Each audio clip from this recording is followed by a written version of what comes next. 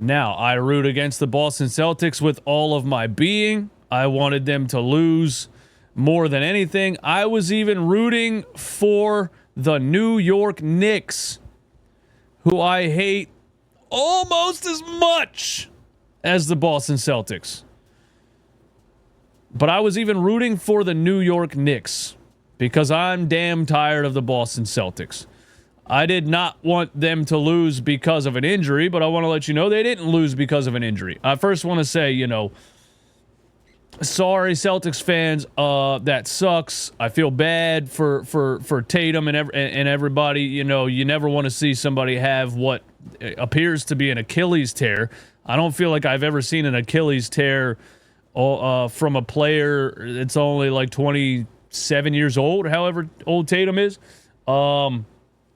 But and pray for Tatum. There's pray for Tatum hand. I'm not praying for Jayson Tatum. Okay, there's if I'm gonna pray for something, it's gonna be something that has to do with real struggle in the world, not a multi-million-dollar NBA player tearing his Achilles. He has the best health insurance in the world. I think he's gonna be okay.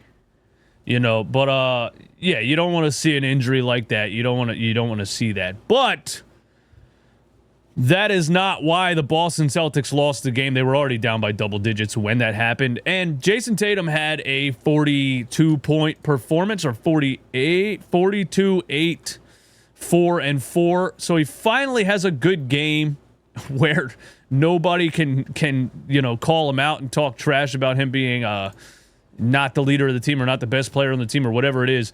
And he tears his Achilles. That is just unbelievable. That's almost more unbelievable than the Dallas Mavericks landing the number 1 pick in the draft with a 1.8% chance after trading Luka Doncic to the Lakers in one of the oddest trades in history. But that is unbelievable that Jayson Tatum finally has a good game in this series, tears his Achilles.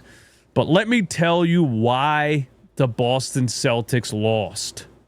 And I'm not here to toot my own horn, but toot motherfucker. I've been saying all season, this Boston Celtics team is arrogant. They think they are the basketball god's gift to the league. They talk to the officials like they deserve a red carpet to be rolled out for them, leading to the free throw line. And they're going to shoot themselves out of games. I said that halfway through the season. The Celtics are unbeatable. The Celtics are a juggernaut. Nobody's going to touch the ball. The regular season doesn't matter because nobody's going to beat the Boston Celtics.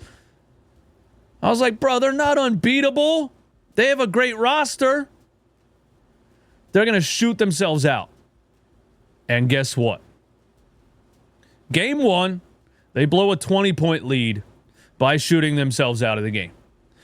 At halftime of that game, Joe Mazzulla said, when a reporter asked him, when your three-point shots aren't falling like this, what's the strategy? He said, we just need to keep shooting. That's the worst thing you could do when you spent the whole season shooting more threes than any team in NBA history, and then you start the series shooting 20% from three. The worst thing you could do is just chuck more threes. But that's what they did in the second half. And after game 1, I said, if they don't switch up that strategy, they're in big trouble. Game 2, they came out 25% from three, did the same exact thing, blew another 20-point lead. And what was their strategy? Continue to do the same thing. The percentages are going to come up. So basically, they played the percentages, they played the analytics, and the basketball gods, once again, just like the 2018 Rockets, who missed 27 three-pointers in a row in the Western Conference Finals, after playing analytics, the basketball gods said, not so fast. And they did the same thing. They shot how many threes last night? They got it up to 37%. But they shot 48. So this Daryl Morey 2015 Rockets philosophy of if we just shoot more threes, we win the game. Is the NBA finally going to get away from this garbage? And you know what they got on? They got beat on hard. specifically Josh Hart. A play that's in my mind from the game last night is Josh Hart smothering Jaylen Brown in the corner, forcing up a terrible shot that I think went off the side of the backboard. Hart gets the rebound, runs the entire length of the floor, and dishes it out for OG and an OB3. The Celtics got beat by grit, heart, old school 90s style basketball as they tried to finesse the game, as they tried to just dance up and down the floor, shoot threes, yell at the refs. We're the Boston Celtics. We deserve this. There's nothing I love more than that arrogant team refusing to change the way they're playing the game and go down in a flame, in a ball of flame, in a ball of fire, in a ball of flames, you know what I'm trying to say. I didn't want to see a Jayson Tatum injury. That sucks, but that's not why they lost this game, and now they're down 3-1. Do they come back? The Celtics, they have enough talent to come back. They do have enough talent to come back. It would be terrible for Jayson Tatum's legacy if they came back and won this series without him, and it would start a whole new narrative. But I just wanted to say, obviously didn't want to see an injury like that, but that injury had nothing to do with it. The Boston Celtics shot themselves out of a playoff series, and they got a rude awakening. And now, by the way, they changed ownership. They overpaid everybody. They're in like the second apron salary tax. They're going to shed some salary. If the Celtics lose this series, major changes are coming to the Boston Celtics, and that's going to, kickstart this NBA offseason. Major changes are coming to the NBA if they lose this series, which it looks like they're going to. I honestly think the Pacers, you're taking the Pacers over the Knicks. I hate to call you on this, but don't toot your own horn so loud because 2 days ago you took the Celtics to win the series. Yeah, I said several times the Celtics need to change their strategy, and I would assume they're going to change their strategy and win this series. They did not change their strategy.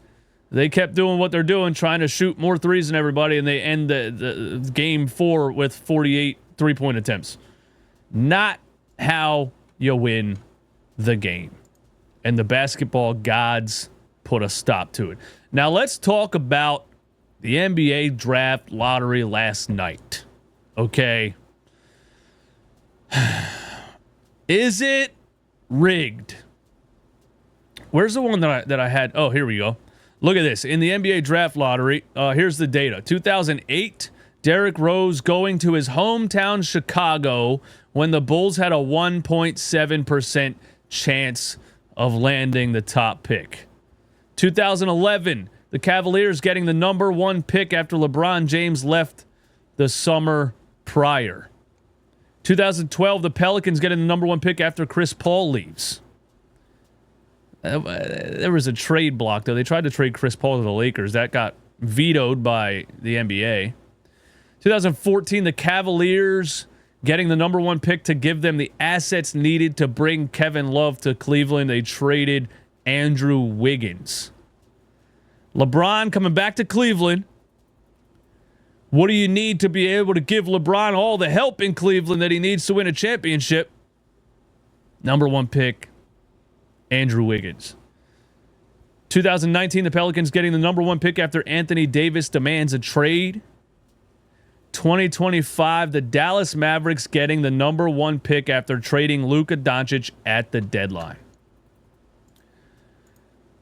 I don't. None of these tell me that the lottery is rigged.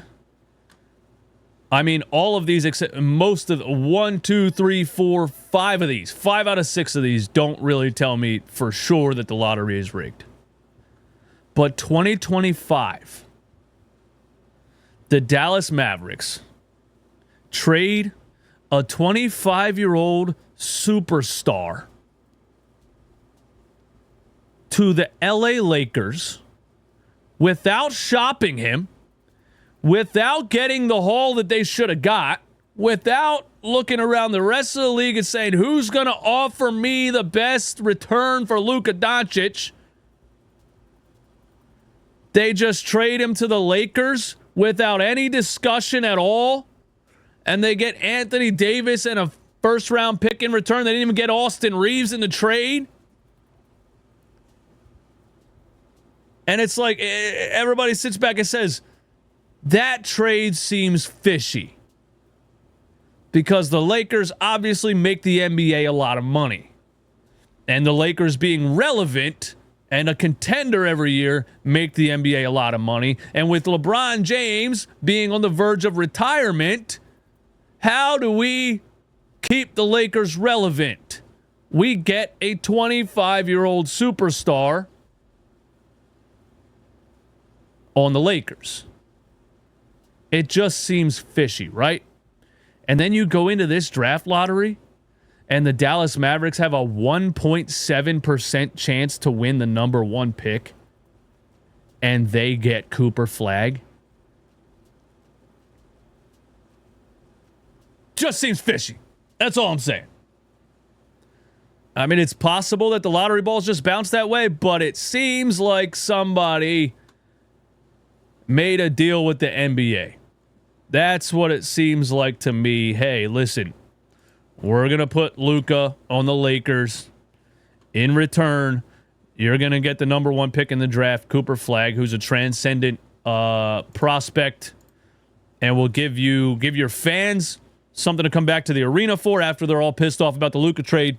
It'll give you something to build around for the next 15 to 20 years. You're welcome. Just sounds like, just seems a little fishy to me. You say that's not how you win, but they have a title while Philly has nothing. Yeah. How did they get that title? How many teams did they play in the playoffs last year that were injured? Huh? Who did they play in the Eastern Conference Finals? The Indiana Pacers. How did the Indiana Pacers get to the Eastern Conference Finals last year? Let me think. The whole New York Knicks team got hurt. And then the Pacers play the Celtics in the Eastern Conference Finals without Tyrese Halliburton. Mickey Mouse title, if you ask me. Now they had to play everyone healthy. Didn't work, did it? Didn't work, did it? And again, if you're just tuning in, I'm not celebrating a Jayson Tatum injury. The Celtics lost way before that happened, and now they're in trouble next year because if that's an Achilles tear, he's going to be out all next season. And the Celtics are going to make major changes.